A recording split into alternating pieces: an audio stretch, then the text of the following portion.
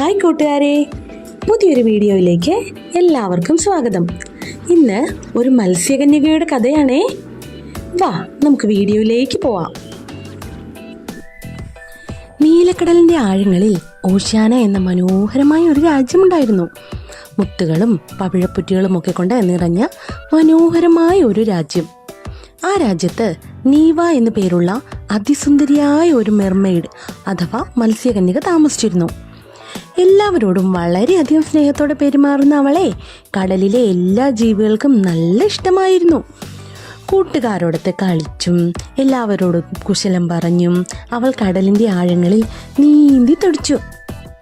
പുതിയ പുതിയ സ്ഥലങ്ങൾ കാണുന്നതും അവിടെ സമയം ചിലവഴിക്കുന്നതും അവൾക്ക് ഇഷ്ടമുള്ള കാര്യമായിരുന്നു. ഒരു ദിവസം വീട്ടിൽ നിന്ന് അകലെയുള്ളൊരു പവിഴപ്പുറ്റ് സന്ദർശിക്കുവാൻ പോയ നീവ പണ്ടെങ്ങോ മുങ്ങിപ്പോയ ഒരു പഴയ കപ്പലിൽ ഇടറി വീണു. അത്ഭുതത്തോടെ കപ്പലിന്റെ ഭാഗങ്ങൾ നോക്കിക്കണ്ട അവൾക്ക് മണലിൽ ഭാഗികമായി പൊതിഞ്ഞിരിക്കുന്ന തിളങ്ങുന്ന ഒരു ചെപ്പ് കിട്ടി. നീവ അത് ശ്രദ്ധാപൂർവം തുറന്നു. മധ്യഭാഗത്ത് വലിയ തിളങ്ങുന്ന നീലരത്നം പതിച്ച മനോഹരമായ ഒരു മാല. മാലയുടെ ഭംഗി കണ്ട് മദ്യം മറന്നു നിന്ന അവളുടെ മേൽ ഭീമാകാരനായ ഒരു കടൽ സർപ്പം വന്നു വീണു. കടലിലെ നിധികൾ മോഷ്ടിക്കുന്നതിന് കുപ്രസിദ്ധനായ ക്രാക്കൺ എന്നു പേരുള്ള സർപ്പമായിരുന്നു അത്. തന്റേതാണെന്ന് അവകാശപ്പെട്ട് അവൻ ആ മാല ആവശ്യപ്പെട്ടു. മാല കൈമാറുന്നതിന് പകരം നീവ അത് ധൈര്യത്തോടെ നിരസിച്ചു. ക്രാക്കന്റെ അത്യാഗ്രഹവും ക്രൂരതയും തടയാനാവില്ലെന്ന് അവൾക്ക് അറിയാമായിരുന്നു. എങ്കിലും തന്റെ ബുദ്ധിയും വേഗതയും കൊണ്ട് അവൾ പെട്ടെന്നുള്ള അവന്റെ പിടിയിൽ നിന്ന് രക്ഷപ്പെടാൻ കഴിഞ്ഞു.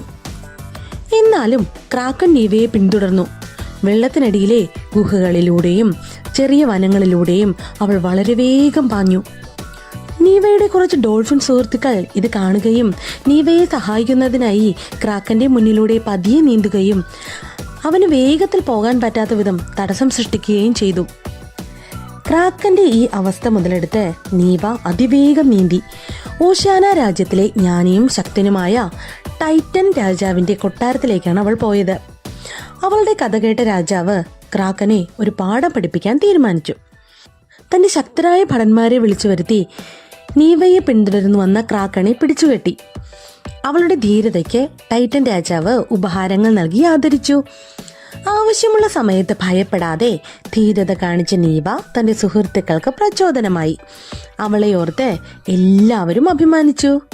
വീഡിയോ ഇഷ്ടമായാൽ ലൈക്ക് ചെയ്യണേ, കമന്റ് ചെയ്യണം, ചാനൽ ഒന്ന് സബ്സ്ക്രൈബും കൂടി ചെയ്യണേ. അപ്പോൾ അടുത്തൊരു നല്ല വീഡിയോയിൽ കാണുന്നത് വരേക്കും ബൈ ബൈ.